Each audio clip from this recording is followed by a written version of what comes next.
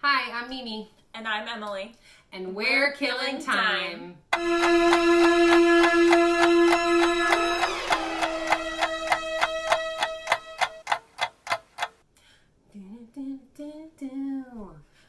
A show about true friends. Talking about all things true crime. Today's theme, the blood smear campaign. Ooh, yes. I go first? Yes, go first. I go first this week. I'm thirsty. So okay, yeah, you sit and have a drink, and I'm going to tell you about the murder of Tennessee Senator Tommy Burks. Ooh, I haven't heard this one. Yeah, no, I like to call this basically the political slang that literally no one has ever heard of. Oh. Because I don't know how I found out about this. I don't remember, but yeah, no one really knows about it. So I'm excited. Let's do it. Let's get started. So no one knows about it so much. Like, get this, guys. Okay, so on October 20th, 1998, the front page of the Tennessean newspaper in Tennessee announced front and center, like all over, that their mayor, Phil Bredesen, would not run for a third term. That was the big news. That was front page, front and center. And then, on that same paper, tiny, in the right-hand corner of the front page, was the news that Senator Tommy Burks has been murdered. What? Yeah. Yeah. So, was Tommy like an asshole? And they're just like, yeah, no, someone killed him. Not at all. Whatever. But this guy, he's not running. Oh my God. Like, for 3 years in a row he's running. Now he's not? What? Why? So. I know, yeah, we call Thomas. Tommy was, he was shot and killed outside of his farm the day before. He was setting up the pumpkin patch for kids to come visit. Oh. Yeah. Burks was up for re-election to the Tennessee State Senate 15th District. And due to state law, because he's now dead, his name had to be removed from the ballot. And this is the end of October, so the election's in like a week or 2 weeks at this point. Yeah.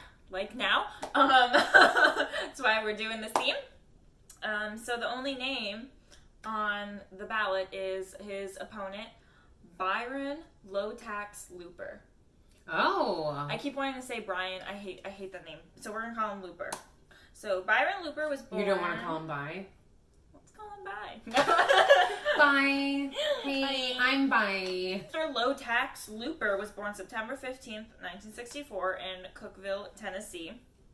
He spent a portion of his youth in Georgia trying to make a name for himself and failing. He was at the West Point Military Academy, which is like a huge military academy, but was discharged. He became president of the, Young Democrats of Georgia. But halfway through his term, he was asked to resign. Oh. That's two. Yeah. And he even tried to sue a law school in Puerto Rico at one point. Don't know what for. Couldn't find any information on that. But this guy is just kind of all over the place. Yeah. So Georgia didn't really work out for him, so he moves back to Tennessee. And he kind of changes his political stance. He goes from Democrat to Republican, which I guess young people flip sometimes. You know, when you're young, they're finding themselves. They're learning. So he switches to Republican, and he runs for the Tennessee House of Representatives. Oh, okay. And he loses. Sorry. So after this, he legally changes his middle name to parenthesis, the word low, the word tax, and parenthesis. Shut up. So his actual last middle name is... His actual middle name is Low Tax, in parentheses. What? He wanted people to know what he was about. He did not like taxes. About low tax. It's my fucking middle name. Yeah. And everyone's like, haha, really funny. He's like, no, check out my business card. Yeah. Well, get this. Check out my driver's license. He runs for position of tax assessor, which actually has nothing to do with changing how high or low taxes are, but he wanted to put it out there. He took himself to the nickname store and gave himself a nickname. Who gives themselves a nickname? He's like, I'm going to make it so Mr. much my Low Tax nickname. Looper Nobody wants to call me Low Tax, so guess what? I'm going to make it my legal nickname, or my legal middle name, and then everyone has to call me. No, you have to call me that. I'm fucking Low Tax. Low Tax Looper. Call me Low Tax, please. I can't. I just... he really wanted you to know what he was about. And he finally actually wins something. He wins for the position of tax assessor. He wins by, he never makes any public appearances. He never holds any rallies. He wins solely on smear campaigns. Oh, I thought it was because that one guy died. No. Oh, okay. No. That's different. Oh, we're getting there. So low tax also goes for low blows? Yeah. Oh, you did it. Take a drink. Mimi said a pun. Smear campaign. Smear campaign. His whole thing for winning tax assessor was talking shit. Yeah, so many smear negative ads about other people. His big claim was that everyone in politics was in cahoots and they're working against the public. And so he's going to go in there because he's different and he's going to clean the government up. Yeah. That's how he won. Low tax gonna get him. Low tax. During his time that he serves as tax assessor, he is indicted on several accounts of official misconduct, abuse of power, all these crazy things. Well, obviously, that seems to be a pattern in his life, you know? Yeah. He seems to be doing something within his organization that he chose, and then they're like, you know what, leave. Yeah. So he didn't leave yet, but he was definitely charged with a lot of things. Wow. And then he was like, you know what? I'm going to run for state senate. So he runs. Screw you guys. He runs for state senate, and he runs against Tommy Burks. So now let's learn about Tommy Burks a little bit. Okay. He was born Fred Thomas Burks on May 22nd, 1940 in Tennessee. He was a Democrat, but extremely conservative because, you know, the South.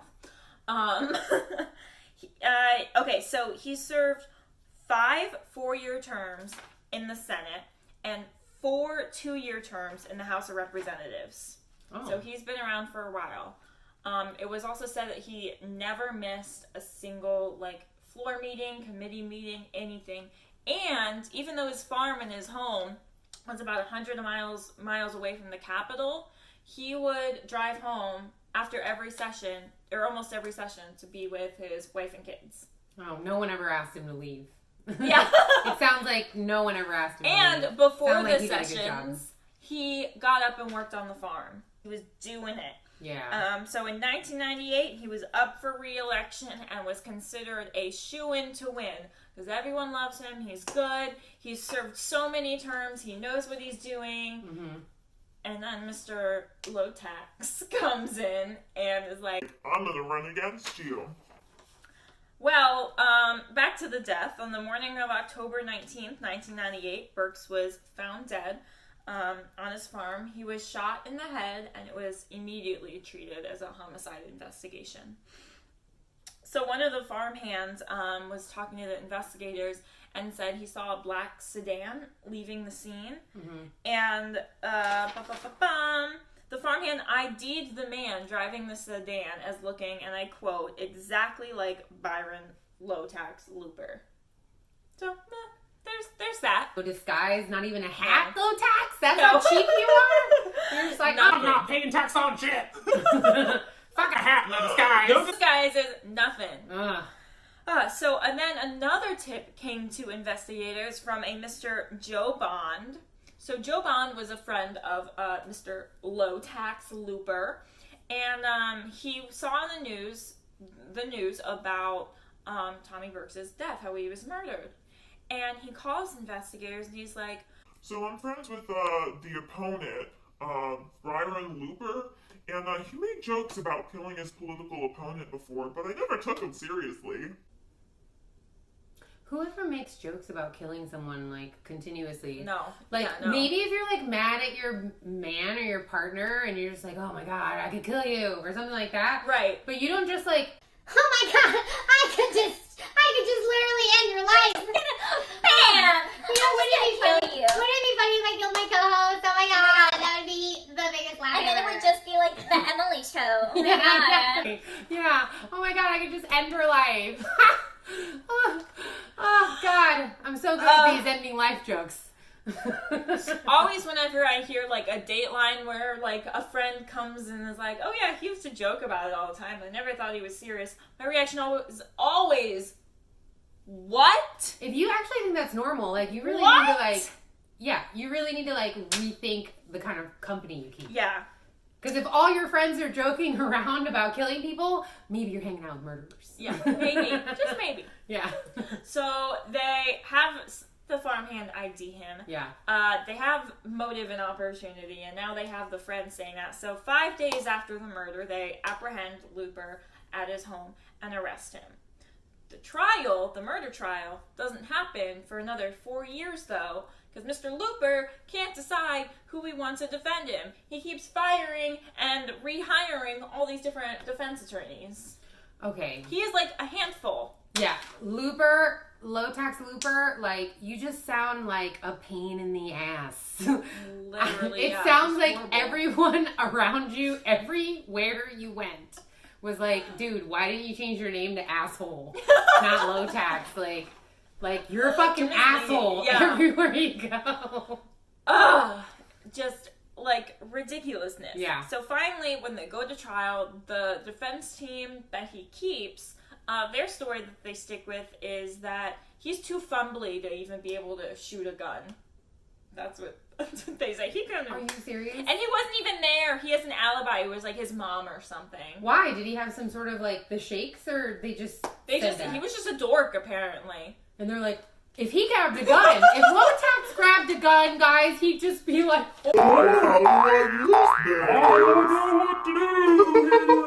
I just know all low tax. that is the worst defense. That's the defense that he chose. Well, that's what they ended up going with. So that's Come on, low tax. and it didn't work. Spoiler, it didn't work. What? So, yeah. I'm shocked.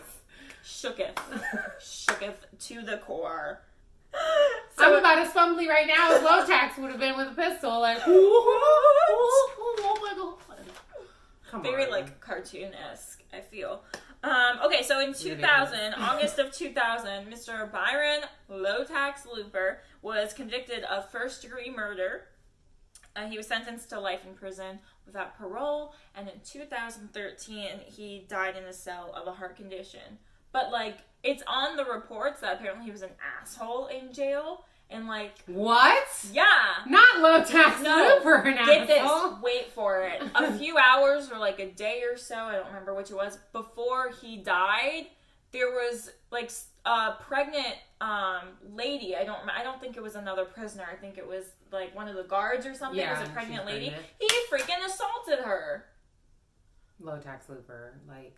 Now there's an interstate in Tennessee, Interstate 40. That runs through, a part of it that runs through 4 counties. It is named the Tommy Burks Memorial Highway. Oh, In that's memoriam.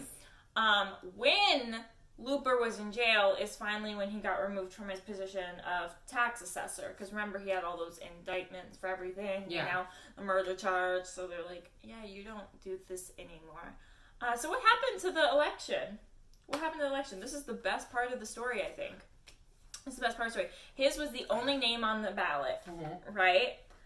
He didn't win. Do you want to know who won? Tommy Burks' widow. Boom. Everybody hates you, low tax. Oh my gosh. This is amazing. Charlotte Burks was one of the only American politicians to win as a write-in and was the first Tennessee state senator to win as a write-in. Boom. For several years, she ran for re-election, and she served up until 2014. What? Yeah. Suck it, low tax. So that is pretty freaking cool. And that's the unfortunate and ridiculous and unheard of, because literally no one has ever heard of this, story of low tax Looper. Yeah, low tax Looper and the murder of Tommy Burks. Aw. Yeah. That was a good story. Thanks. It's like a quick little one. All right. So what is your blood smear campaign murder? I'm ready. Well, this is the story of Sheriff Sidney Dorsey. Okay. Now, That name sounds familiar. Yeah. I don't know if I know this one. Oh, really? I don't know. It sounds familiar. All right. So Well, just wait. We'll see. Before we start, I love the name Sidney. Like, as I started reading more about the story, I kept realizing that the name Sidney just like, I don't know, gave me some feels. I was like, you know what? Is it a guy or a girl that you're referring to? Well, he's a guy, but Does he identify as okay? Yeah, so he is male. He identifies but as it male. can go either way. Interesting. Yeah, I was like, what a fucking sexy asexual name, right? Yeah, I like it. You It's don't like know how what you're Taylor Yeah. can go both ways. I love a Taylor. Yeah, there you go. Yeah, and there's probably plenty of Taylors that go both ways. Who doesn't Could be. these days? I don't- So, Sheriff Sidney Dorsey is from DeKalb County, Georgia.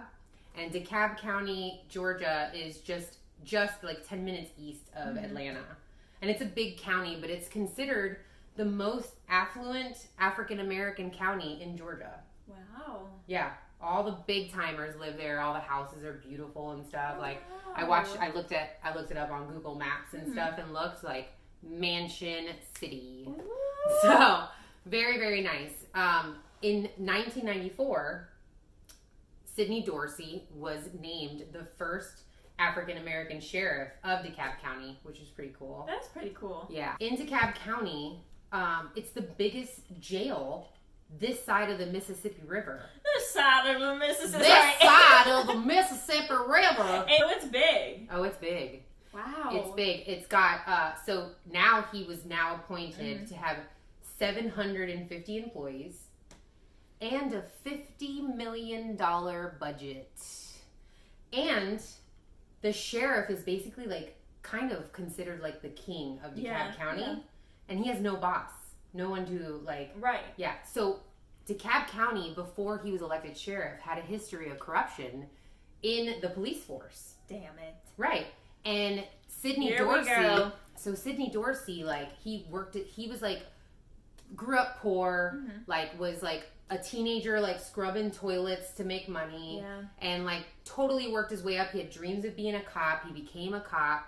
He worked his way up to homicide detective. Like, he really, like, you know, pulled himself up. How can I be a homicide detective without having to become a cop first? Like, can I be like Lucifer and be hired as a, consultant for the LAPD? Oh, that'd be cool. Like, I don't want to go to the academy. No. But I want to solve crimes. Yeah, because we got your number, all right? We know what's going on. We pay a lot of attention. Dateline. Yeah, we're couch detectives. For real, though. So, Basically. I could definitely see us doing it. We could get, like, a cop show. We're like yeah, that would be so cool. Yeah. Sidebar. Sorry. Yeah, if anybody's watching, we're interested. Talk to us. We're interested. We want to solve a murder. Yeah, we would love to. We would love to help. So, in DeKalb County, biggest prison, this side of the Mississippi. And we, so everyone was like so excited that he was the first African-American sheriff. And they were like, you know, he has like a real sassy attitude and all this stuff. And so everyone was like, you know, he's going to change things. And like, they said the first quarter of his tenure, so just about the first year, they already kind of noticed some shady dealings happening in DeKalb. But he's very popular amongst the A-listers and the affluent. Oh, I wonder why. Yeah, of DeKalb County. So I wonder why. yeah, where there's money and power, there's corruption. It is what it is. I can't wait to be corrupted because I feel like this show is going to make us rich and powerful. And Please then, corrupt us. And then I want you to know I have a price. I got kids to feed, okay? Just saying. So they started people started noticing things, but he was very, like I said, he was very popular among the affluent. So it's time for re-election, right? 4 years later. Yeah. He has like no worries whatsoever that he's going to be reelected because he's so popular. He's like, I got this much. So he, Georgia has this really weird rule that in the primary, if you don't get at least 50% of the vote, they have to have like a runoff for that. And he like got a special election. like a little special election. So he got 49.7% of the vote. Yes. 49.7, dog. He has to go against a gentleman named Derwin Brown. Derwin Brown. Not Darwin. No. Derwin. Derwin. I feel like they meant to say Darwin on the birth certificate. But they're from because Georgia? it's Derwin. Oh, just name him Derwin. And they're like, D-E-R. Okay, cool. Yeah. And then they were like, you know what? I just want to take him home. Just leave it. I'll change it later. And then the Browns never got to it. Derwin Brown, he was originally from Rhode Island. Okay. But in 1974, he had gone to Georgia. And he also had dreams of being a cop. And he's very well respected. Also worked his way up. Loved his community. Had dreams of being a politician. And like making... at least where he was, his world a better place for everyone, you know? Aww. Yeah, he's a good guy. So nice. Fucking Derwin, he's a great guy. So, Derwin, he's just very well respected, but he is the one who has to run in this special election with Sidney. And so they're running against each other, and all of a sudden, Derwin starts coming out with all these smear campaigns about how he believes that Sidney Dorsey is corrupt, you know? And he starts not only smearing him, but he gets a lawyer involved and a private investigator involved who's starting to investigate stuff. And that's when shit gets crazy. So he I'm just wondering if it's like completely unfounded or not. I'm interested to see. Like if there is any like backup to these claims, or if he's just like, I want to win, so you're doing things illegally. Exactly. Yeah. Yeah, so he starts doing some research because there was rumors going on everywhere for the last few years that Sidney was crooked like the rest of them. Yeah. So they find out that he's right. Derwin's right. Okay. Sidney is up to no good.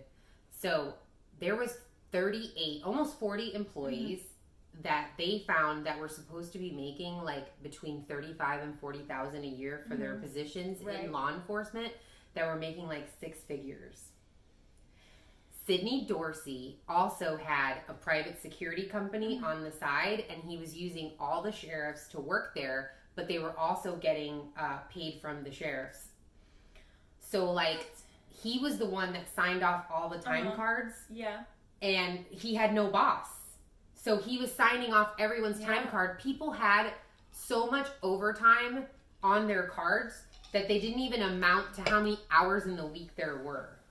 Wow. So, and he was signing them off for years and years and years. These people were making six figures. It's even said that he would have the sheriffs on getting paid on the clock, take his kids to college, like drive them to college every day. One of his kids didn't like the food at school, so he had the sheriff every single day bring him lunch from like McDonald's and shit on company time. Hold on. I'm not trying to like shit on McDonald's here, because like if I'm hungry, I will hound a quarter pounder with cheese.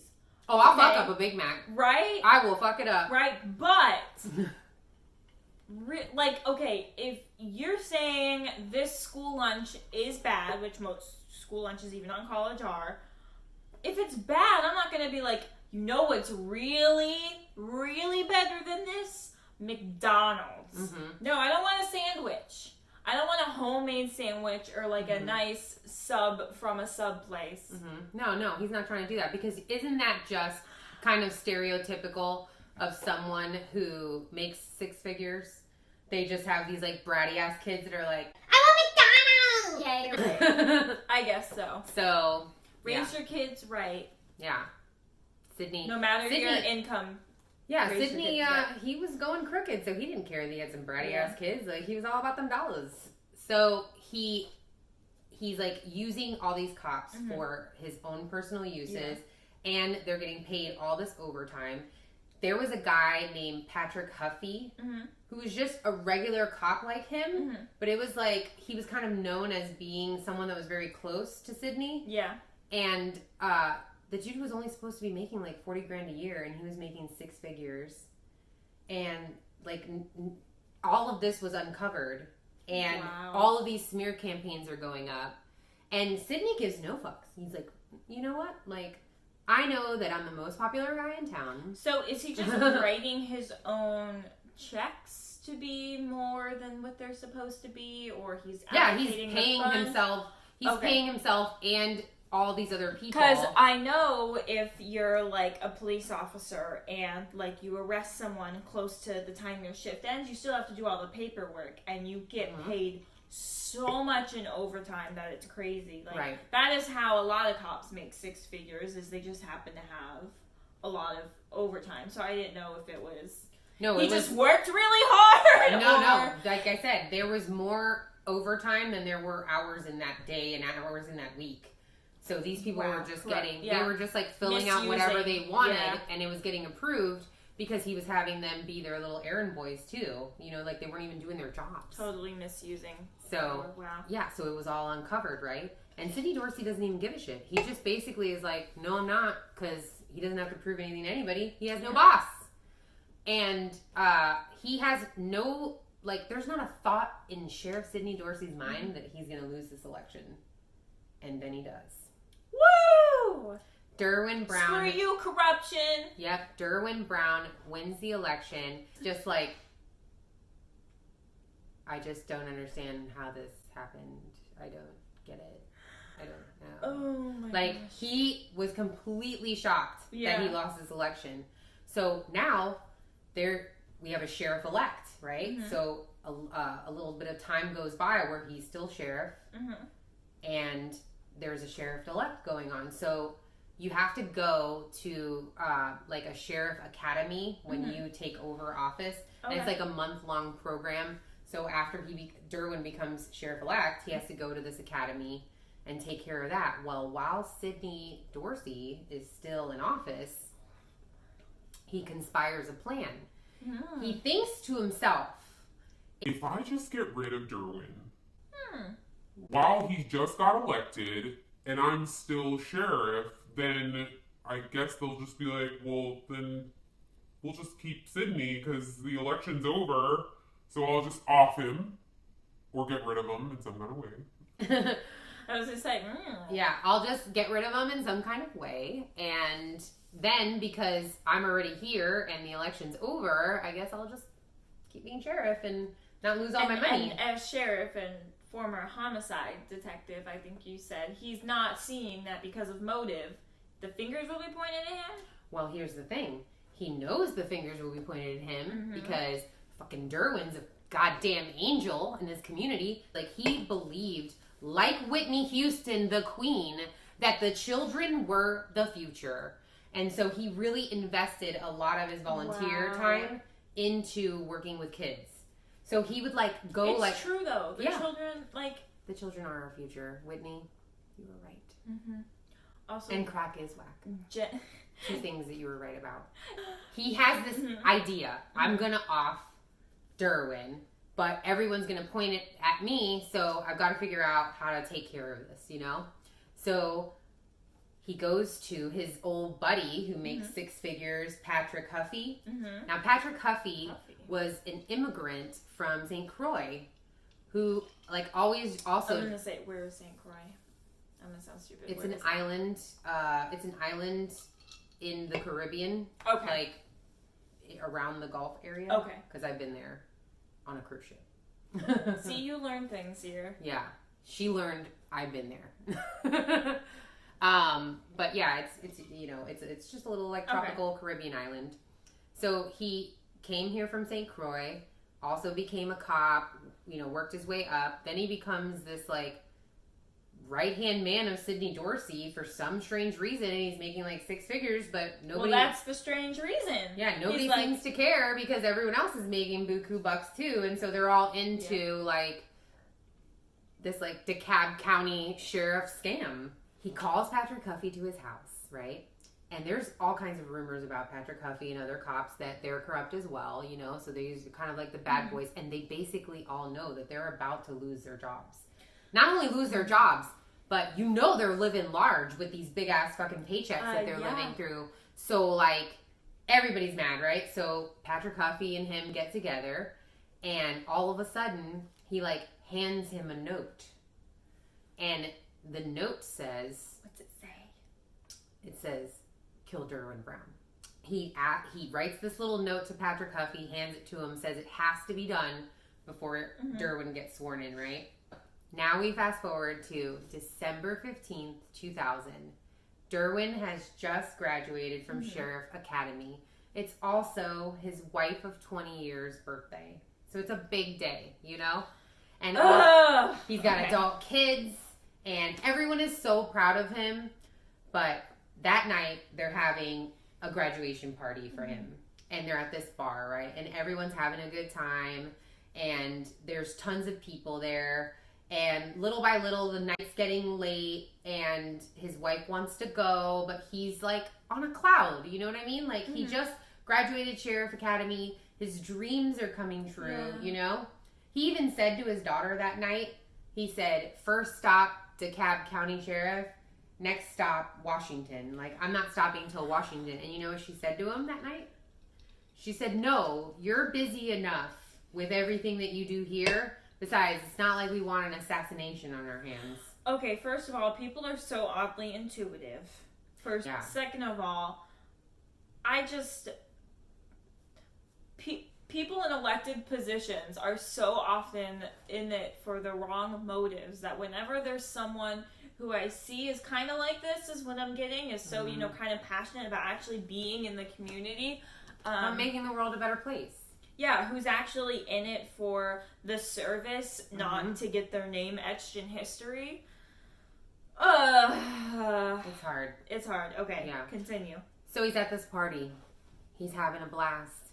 He's dancing, he's partying, he's celebrating. His whole family's there, all his friends are there, colleagues. Everybody's just like, you know, the breath of fresh air that Derwin is in general to the community. They all felt like finally, you know, like this corruption's going to end and it is going to be a better tomorrow, you know? So this is 2 days before he's inaugurated into being sheriff. Okay. December 15th, 2000. And it's also his wife's birthday, like I said. And so it's about 9:30 at night, and his wife is getting tired, but she doesn't want to ruin his moment, you know.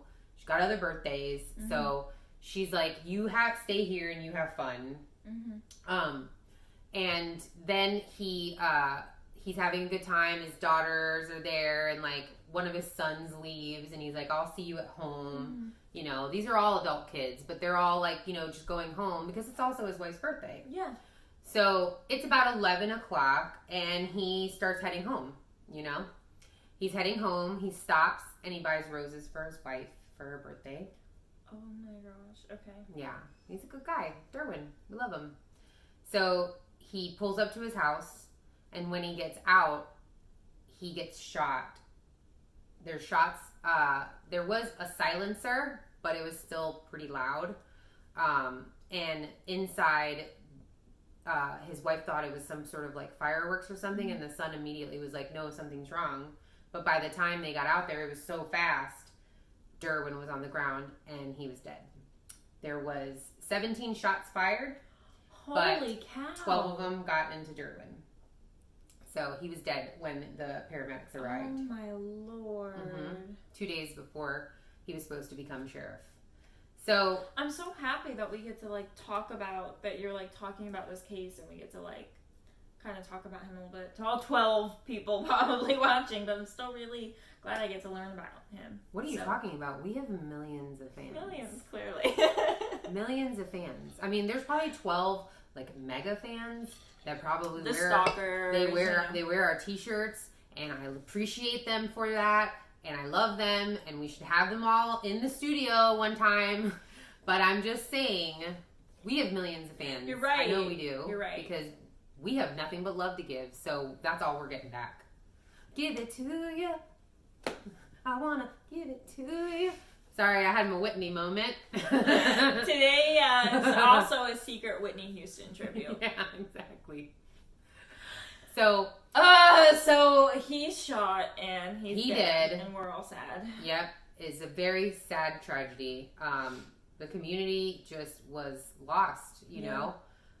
There was suspicion that it was Sidney, but they couldn't find anything to tie him to it, and they kept trying, but they just could not find an alibi, anything I'm assuming, to connect it. Yeah, so he had a solid alibi. He was with his wife. There was witnesses that saw them come home. They never left the house. Like, everything was airtight. So they had to like rule him out, and nothing happened.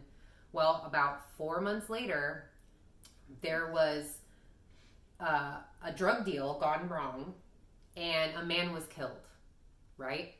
So they look up where the man was killed, and as they're investigating that murder of that drug deal gone wrong, witnesses say that, they go to the address and they find out, where is the address at?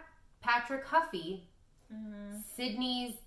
former Sheriff Sidney's right-hand man and corrupt cop. There was a drug deal in front of his house and a man was killed. Now, he claims he had nothing to do with it and whatnot, but witnesses didn't see him out there, right? They saw him out there arguing, but they saw him go inside. Okay. All of his neighbors. So he didn't have anything to do when the shot was fired that killed the drug dealer, right? However, there's a rule, a Georgia law that says if you were involved in an altercation that resulted in a murder, you can actually be charged for murder. Whoa! Like if you were the instigator in any way. Like if you're a part of it. It's a law in Georgia. No shit. I looked it up. So we're geniuses. Yep. And then the witnesses also said that they saw him take a long, big gun out of the grass and take it inside after like the killers ran off. So he was charged with murder of that drug dealer because of that law. And he was also charged with tampering with evidence. Yeah. So he's up for long time in jail. Yeah. So then Patrick says, I have something to tell you. But if I tell you, I get double immunity. Oy vey. Okay. Agreed. So they said, what do you got? We'll see. And he says, I know who killed Derwin Brown. Yeah, it was him. Well, he said it wasn't just him. Let me get my notes because there's a few of them. Get your notes, girl. So it wasn't just him. It was Patrick Huffey. He was basically like the ringleader. Okay. And then it was another gentleman named Melvin Walker, Paul Skyers, and David Ramsey. Now, these 3 other gentlemen, 2 of them are also cops, part of those 38 guys that were going to be fired. And one guy was just like, I think, an associate of one of them, a friend of one of them. So they basically, when he got that note, when Patrick Huffey got that note, he basically was like, this is kind of a big job. This is like, I'm about to kill this sheriff. So I'm going to need some help. They, for almost the entire month, were like practicing. So they decided to use a Tech 9 because it was popular amongst gangbangers and drug dealers. Yeah. So they thought that would be a good gun to use because you can't really trace them. And then they were like, well, this is a really big, heavy gun, so we got to practice. So they were like going into the woods and like practicing because it was loud. And then they were like... So, premeditated. So premeditated. Like, for weeks. They like made a silencer out of like PVC pipe. And then... So is that why it didn't really work? It was like a homemade silencer? Yeah, it was a homemade silencer for this Tech 9 gun. So then they, Patrick Huffey decides that he wants to, they're going to decide who's going to be the gunman by drawing straws. Yeah. Now, there's rumor that he rigged it because he didn't want to be the actual gunman. But... So one of them becomes the lookout, one of them becomes the gunman, then there's a second gunman just in case he's, I don't know, a bad shot with a Tech 9. I don't know how that's possible. And then there's a getaway car driver. Yeah. So that's the 4 guys, right? So the police are just like, holy crap. Yeah. Sheriff Sidney put you up to this? And they were like, yeah, because he just assumed that there was going to... So wait, the police investigating him are under Sheriff Sidney or no? Maybe? No, it was a different county. I'm sorry about that. Patrick Huffey lived in a different county than DeKalb County. Got it. It was okay. a different county. I was going to say, I was like, So then when he agreed to talk, the FBI got involved because, the sheriff had to be investigated. And the DA and all that stuff. So, obviously, they already knew that Patrick Huffey was crooked, Mm-hmm. and now they know that he was also involved in drug dealings and tampering with evidence and all this stuff. So basically, he could be lying to get himself out of it, you know. But he did have information about the gun. He knew that, you know, there was going to be an ambush. He gave them all of the details. Like, we practiced it, we drew straws. So now they just got to This verify. is who, yeah. So now they have to verify. So they bring all the other guys in for questioning, and only one guy turns. Skyers, he turns and he tells the story, and it's identical to Patrick Huffey's. So they know that it's the truth. Yeah. So they arrest all of them, and they arrest Sidney Dorsey. Because that was it was 2000, December 15th. Oh, when Derwin okay. was shot. Mm-hmm. They didn't get this information out of Patrick Huffey until November 2001. That's when Sidney Dorsey was charged with murder in the first degree and 14 other counts of racketeering. Wow. For the corruption charges. Yeah. So Melvin Walker and David Ramsey, they were, according to Patrick Huffey, the gunman and the second gunman. Okay. They were the first ones tried for the murder. Okay.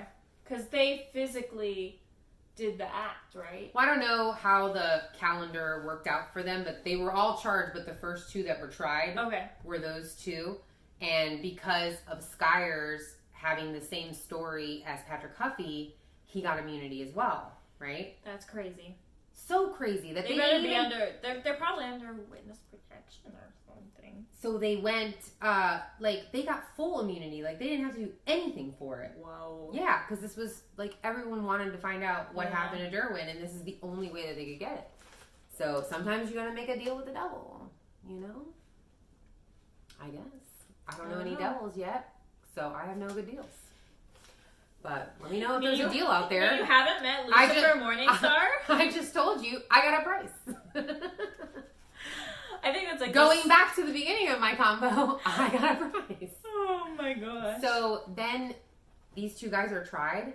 Mm-hmm. They're not guilty. And they walk. Whoa, whoa, whoa, whoa. What did you just say to me right now? The jury doesn't, I guess, buy the fact that it was two criminals flipping on two other guys, and they were acquitted. And it was so tragic and sad. The family was there, and they were like hysterical in tears, like Derwin Brown's family. It was awful.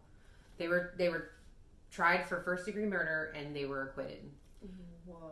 Yep, it was crazy. So then comes Sheriff Sidney Dorsey's trial. 50 different witnesses come up to talk about the corruption charges. And then Patrick Huffey and Skyers, they also go up there to talk about the murder. And he is found guilty on every single charge except for two. And those two charges were, there's some lady, she wrote a book about it. He was like sexually harassing her and extorting money from her. Gosh. She wrote a book about it. And so, but those were the only two charges he was not found guilty for. But he was sentenced to life in prison for all of that. And then, guess what? What? She didn't guess. I'm actually supposed to guess. I don't know. Walker and Ramsey get federal charges of conspiracy to commit murder instead of murder in the first degree, and they get sentenced to life. Not everybody got away with it, like old snitch-ass Skyers and Patrick Huffey. Patrick Huffey moved back to St. Croix. I don't know what happened to Skyers. He's out. Yeah, and he's like, bye, this is getting starting crazy. a new life. Yeah, this is getting crazy. So I'm going back to St. Croix. So I'm just assuming that's what St. Croix people talk like. You're lovely, I'm sure, but I'm sure your accent is sexy as hell. Like, I'm not judging you. Don't judge me. So he gets sentenced to life in prison plus 23 years in prison for the corruption charges. Wow. And then the other two guys got sentenced to life in prison. So they buried Derwin Brown in the uniform, in his sheriff uniform that he never got to wear. Isn't that sad? And his daughter did say that his funeral did look a lot like the service looked when he graduated from Sheriff Academy. And the whole town showed up. And you know, everyone was so tragically upset in all the footage of it. It was really sad. So, yeah. So that's the story of Sheriff Dorsey and Sheriff-elect and father of the community, Derwin Brown. I'd like to honor our victims with a memoriam at the end of each episode because, you know, they didn't deserve what happened to them. No. And I'll let you go first since you went first in the story. Just to Tommy and his family, I hope you're finding healing. And I mean, he was just a good, hardworking guy. You don't see that very often, especially in politics. So God bless your soul, and I'm glad I could tell your story and your widow's story. Good on her. She served after you. I mean, that's just amazing. She rose like a phoenix. She did. She did. I know I mentioned that before, but that's pretty cool. That was pretty cool. Yeah, I like that. She, you know, some people crumble, but she found some strength through it. So that's amazing. And also Derwin Brown, and to Derwin's family and friends, and to his wife. He shouldn't have been taken away over that. And it was wrong. And he was a good person. And unfortunately, a lot of the good die young. He is an angel looking over you guys. And hopefully he gave some positive influence into his community and to the children that he believed in.